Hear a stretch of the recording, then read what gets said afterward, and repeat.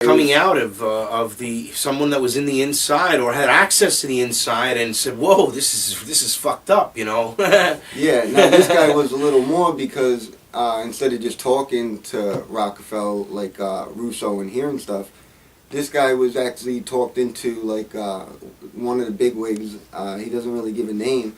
But he was like, the guy's like, well, wouldn't you like to talk to your dead grandmother? You know, exactly. Dead mother? No, right. That was and, that's the earlier. You're not scared of that, are you?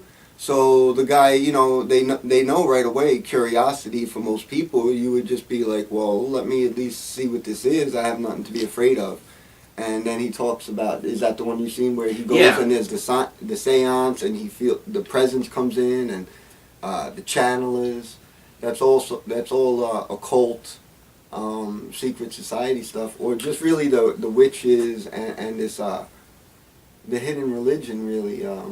It's the Kabbalah. It is the hidden religion. It's really the hidden religion. I mean, no joke.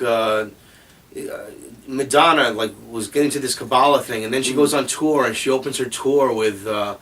Basically the talking about the revelation, the beast, and all of that. And right after going into that, and because they all think that's here. Basically talking about the Kabbalah being like some sort of it's just like it's nothing really. She also said it predates religion. Which is before Christianity and everything is what they believe. Again, it's like it's being part of this order, you know. Babylon. It does. It goes back to the order. Yeah, Babylon was, everybody knows the Tower of Babel from the Bible, but Babylon, which I believe is that Iran? It was Iran. So. Babylon was where, at that point it was everybody spoke the one language. Iraq. Wasn't it Iraq? It's Iraq, not Iran. Yeah, it's Persia Iraq. Was Iran. Yeah, right. Exactly. Right. Iraq Persia was Iran. Exactly. So, you got Iraq being like the center of all this, and the Kabbalah comes right after the destruction of Babylon comes the Kabbalah, which was like ancient Jewish magic, or this, which is what they're still doing now with rituals and sacrifices. It's very true. We have all this like secret stuff that goes on. I mean, I was just talking to a friend today, and we brought up Stanley Kubrick. The Killers and Eyes Wide Shut. Eyes Wide Shut. The movie I love. Eyes Wide Shut. What was the big? Clockwork Orange. Clockwork Orange. Yeah. Yes, but look, I mean, really got to look into this. Like a Clockwork Orange is really. I mean, come on, it's showing what society is moving towards, or what they perceive it to be. This sort of like everything's normal, like everything's normal, but then there's this crime, but everything's normal, and this insane behavior is just looked at as being okay, more or less accepted, as long as you didn't basically kill anybody or. It was really a twisted view of society, and then the police state, of course. Well, yeah, and also what I look at it was also them trying to take away aggression and that that reflex of anger where they try to take it away, and it shows to where that's not natural. Because what about sometimes you do need anger and aggression in your life? What if someone's trying to rob you or doing something to your mom or right? But what happened to Alex? You need that aggression. But what happened to Alex is Alex. It's they deprogrammed him or programmed him for lack of a better word with mind control. They mind controlled him to get sick. Yeah. Not be able to fight. And to his favorite music. Beethoven, yes. Yeah, so it's very, but you see, you got to understand the elitism of it, and I think when he did Eyes Wide Shut, he already had went way past the point of no return as far as he was probably realized it was he was at the end of his he wasn't well, and it took him like 3 years to make the film, and then he died but it got out and it didn't do really well. People didn't understand it because what it was is really an expose of a certain type of people.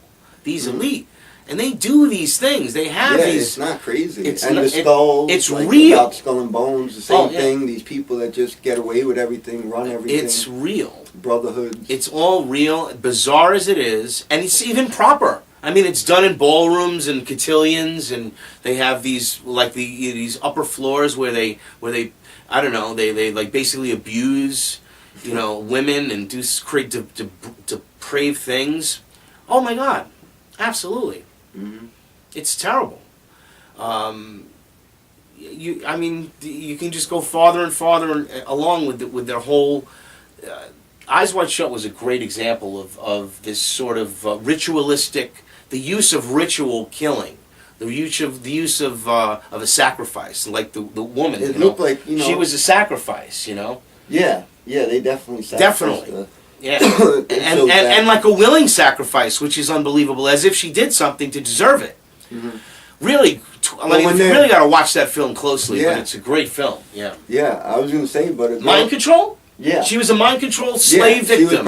She was probably an MK Ultra or a Monarch mind control victim. Now, research these things. MK Ultra, Project Monarch. It's just they did terrible things. So hundreds and hundreds of thousands of people are out there that are victims of the CIA's mind control.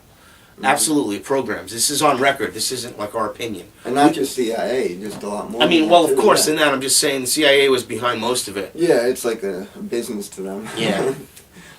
But it was really crazy. But Murnau, so that was really a trip. Murnau was, I actually, when I first seen him was in that great documentary, The Arrivals.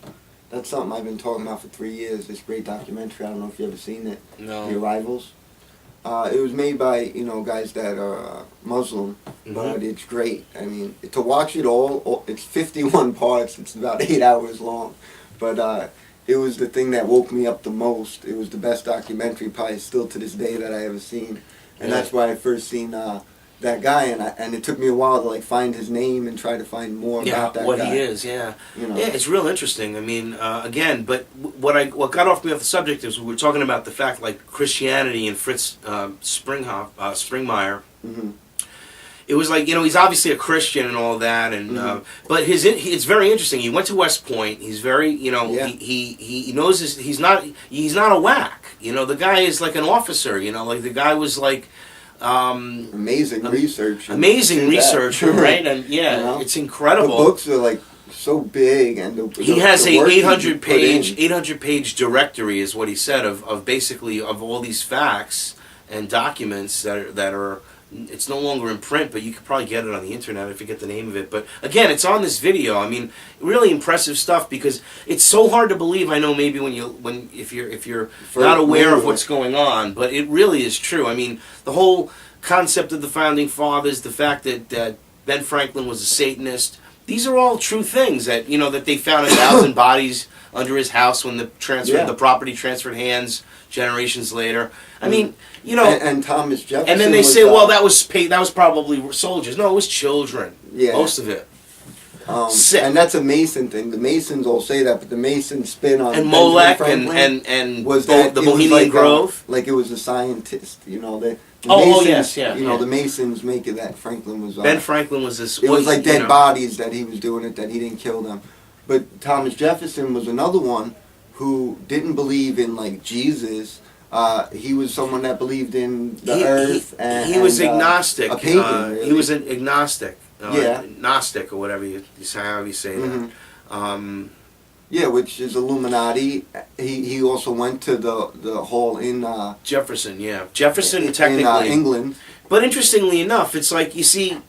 I think the concept of it is that they understanding this is really hard to believe. As what they created was maybe it's sort of like Frankenstein. Like think of America as the Frankenstein monster. Like the idea of creating something that's basically designed to die or it's dead, and reanimating it, and then it's like it goes crazy. Fritz Lang over there. Right.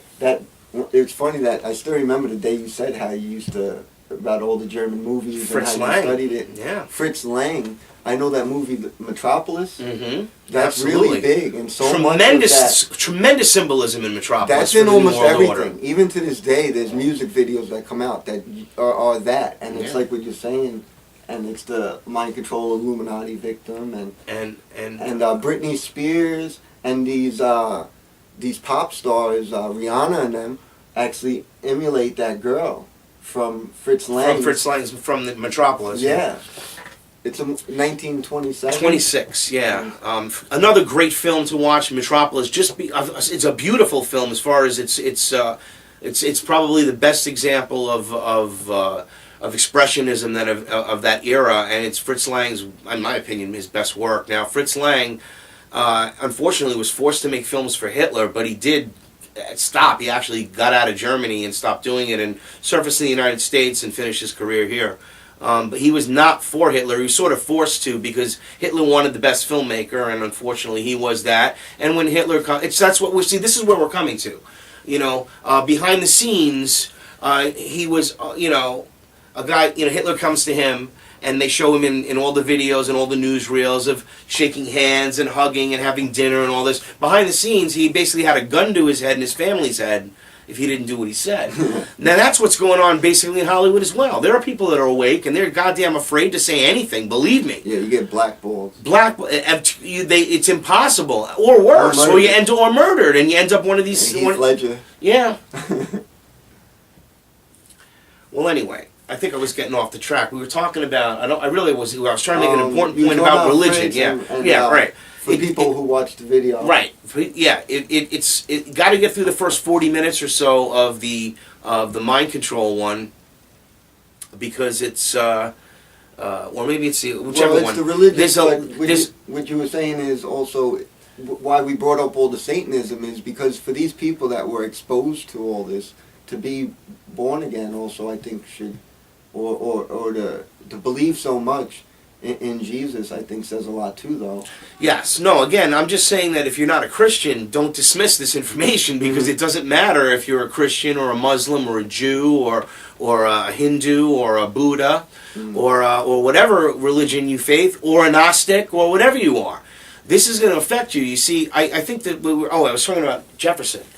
I think what it is like Jefferson and all of them, if you really believe it, they created this monster, Frankenstein, okay? And they didn't realize that he was going to go out of control. But really, it was good. They created this evil thing, right?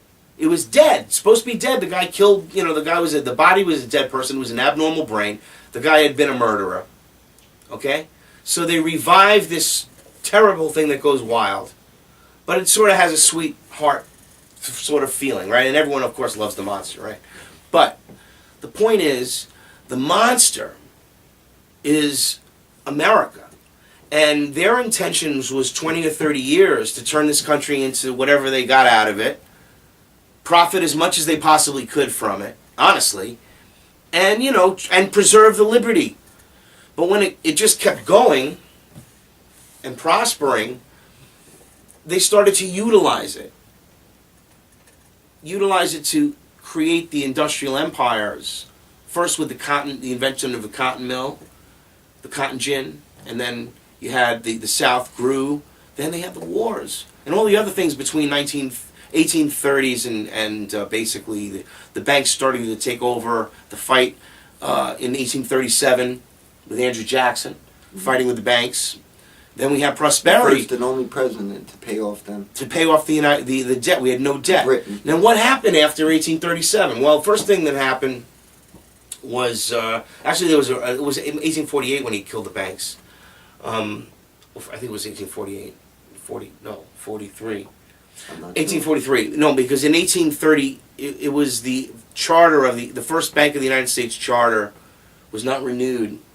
That was the War of 1812. That was 1812. So yeah, no, it was that. It was 1837. No, but he did something. Oh, I know what he did. He created. Oh no, 1837. There was a depression. Oh, the Rothschilds. Oh, that's right. He paid off the debt. He paid off the debt and took the money back. But this is a great example. This could be how it happens again, and maybe we can hold our power. And I'm sorry about the conflict in years there, ladies and gentlemen, but the brain only can work so fast. In 1837, the Rothschilds lost control of the bank through Andrew Jackson saying, fuck you, and they killed the bank. The result of that was, well, fine, and the Rothschilds just basically contracted the money supply of the country and collectivized like they do, the New World Order, and caused a pretty bad depression.